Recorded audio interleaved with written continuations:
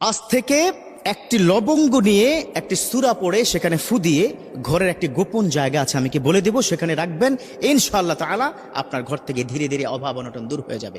দেখুন, আপনারা কিন্তু অনেকে আমাকে ফোনে বলেন, বিশেষ করে মা বোনেরা, যে কি যে পরিস্থিতি হুজুর, কি বলবো, স্বামীর আগে ইনকাম ছিল, এখন ইনকামটা ধস নেমে গেছে, অনেক কষ্টের মধ্যে দিনাতিপাত করছি, হুজুর ভালো ব্যবসা ছিল, ব্যবসা নষ্ট হয়ে যাচ্ছে, হুজুর ভালো চাকরি ছিল, চাকরিও ধ্বংস হয়ে যাচ্ছে, হুজুর ইনকাম তো আমিও করি, স্বামীও করে, কিন্তু ঘরের মধ্যে বারাকা নেই। এর মৌলিক কারণ হচ্ছে আপনি তো ইসলামের অনেক কিছু মানেন না।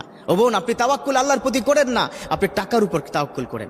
মনে রাখবেন, আমার বিশ্বনবী সাল্লাল্লাহু আলাইহি ওয়াসাল্লাম তিনি কি বলে দিয়েছেন যে আল্লাহর প্রতি শতভাগ তাওয়াক্কুল করবে, আল্লাহ পাক তার মতো করে তাকে দান করবে। এজন্যই তো রব্বুল আলামিন তিনি বলে দিয়েছেন, ওয়া মান ইয়াতাওয়াক্কাল আলাল্লাহ ফাহুয়া হাসবুহু, those people are depend on almighty Allah is good enough for him. এই লবঙ্গ, এটা তো একটা উসিলা মাত্র, এই দোয়া, এই সূরা তো একটা উসিলা মাত্র, কিন্তু দান করবেন তিনি কে? আল্লাহ। পৃথিবীতে কেউ আপনাকে হেল্প করতে পারবে না, কেউ উপকার করতে পারবে না। আল্লাহু গনিয়্যুম ওয়া আনতুমুল ফুকারা, আল্লাহই একমাত্র যিনি হচ্ছে ধনী, আর আমরা সব ফকিন্নি। কি মাইন্ডে লাগছে নাকি ফকিন্নি কি বলাতে? মাইন্ডে লাগার দরকার নেই, সত্যিকার অর্থে আমরা ফকিন্নি। কেন? একজন ফকিন্নির কাজ কি বলুন তো? রাস্তার মোড়ে মোড়ে দাঁড়িয়ে অথবা বাসের মধ্যে উঠে আপনার কাছে চায়, আপনি দেন না, আরেকজনের কাছে চায়, সে দেয় না, আরেকজনের কাছে চায়, তার কাজে হচ্ছে চাওয়া, ঠিক কিনা?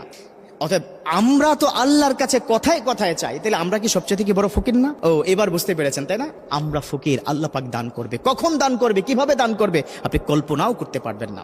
হাদিসের বর্ণনা, হযরত আলী রাদিয়াল্লাহু তাআলা আনহুর কাছে একজন মহিলা এসে বললেন, ও আলী, ও খলিফাতুল মুসলিমিন, আমি অনেক ইনকাম করি, আমার ঘরে ভালো আয় ইনকাম, কিন্তু ঘরের মধ্যে কোনো বারাকা নাই, অভাব দূর হচ্ছে না।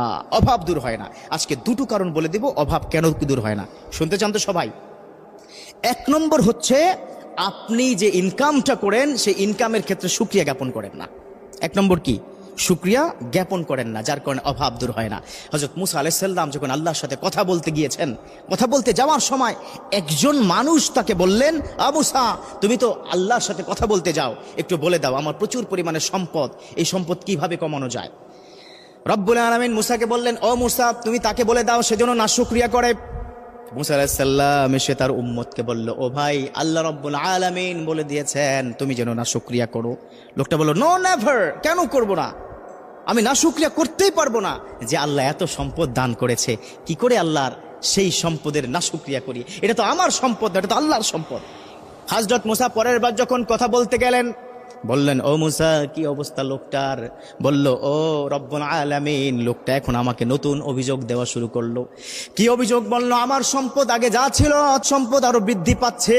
আল্লাহু আকবার। তখন আল্লাহ পাক মুসাকে বললেন, ও মুসা, মূলত কারণ কি জানো? মূল কারণ হচ্ছে সে যে শুকরিয়া জ্ঞাপন করছে, সে যে আমার প্রতি কৃতজ্ঞ, যার কারণে আমি তার সম্পদ বৃদ্ধি করে দিয়েছি। আমাদের মা বোনদের কিন্তু শুকরিয়া একটু কম, খবরদার, শুকরিয়া জ্ঞাপন করবেন, আর তাওয়াক্কুল করবেন কি কার উপর? আল্লাহর উপরে।